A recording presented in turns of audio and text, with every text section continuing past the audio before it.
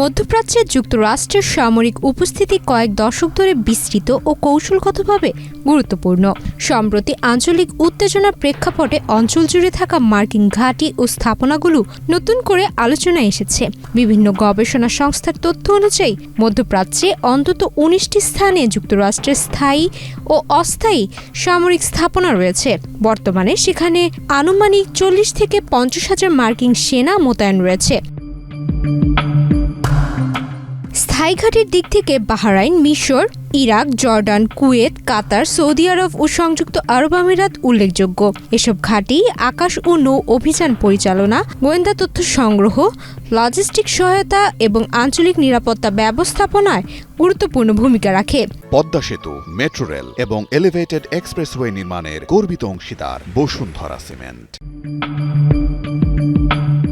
কাতারের আল উদেইদ বিমান ঘাঁটি মধ্যপ্রাচ্যে যুক্তরাষ্ট্রের সবচেয়ে বড় বিমান ঘাঁটি হিসেবে পরিচিত।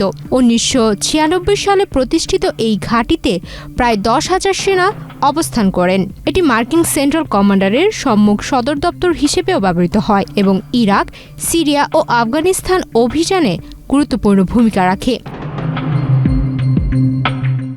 বাহরাইনে অবস্থিত নেভাল সাপোর্ট অ্যাক্টিভিটি ঘাঁটিতে মার্কিন নৌবাহিনীর ৫ম নৌবহরের সদর দপ্তর রয়েছে। প্রায় ৯,০০০ সামরিক ও বেসামরিক কর্মী সেখানে দায়িত্ব পালন করেন। পারস্য উপসাগর, লোহিত সাগর ও আরব সাগরে নৌ চলাচল তদারকি এ ঘাঁটির প্রধান কাজ। কুয়েত সিটির দক্ষিণ পূর্বে অবস্থিত ক্যাম্প আরিফসান একটি প্রধান লজিস্টিক ও কমান্ড কেন্দ্র। মধ্যপ্রাচ্যে মার্কিন বাহিনীর রসদ সরবরাহের ক্ষেত্রে এ ঘাঁটি অত্যন্ত গুরুত্বপূর্ণ। কুয়েতে প্রায় ১৩,৫০০ মার্কিন সেনা মোতায়েন রয়েছে। সংযুক্ত আরব আমিরাতের আল দাফরা বিমান ঘাঁটিতে প্রায় ৩,৫০০ সেনা অবস্থান করছেন। নজরদারি, গোয়েন্দা তৎপরতা এবং আকাশ অভিযানের সহায়তা দেওয়ার জন্যই এই ঘাঁটির ব্যবহার হয়।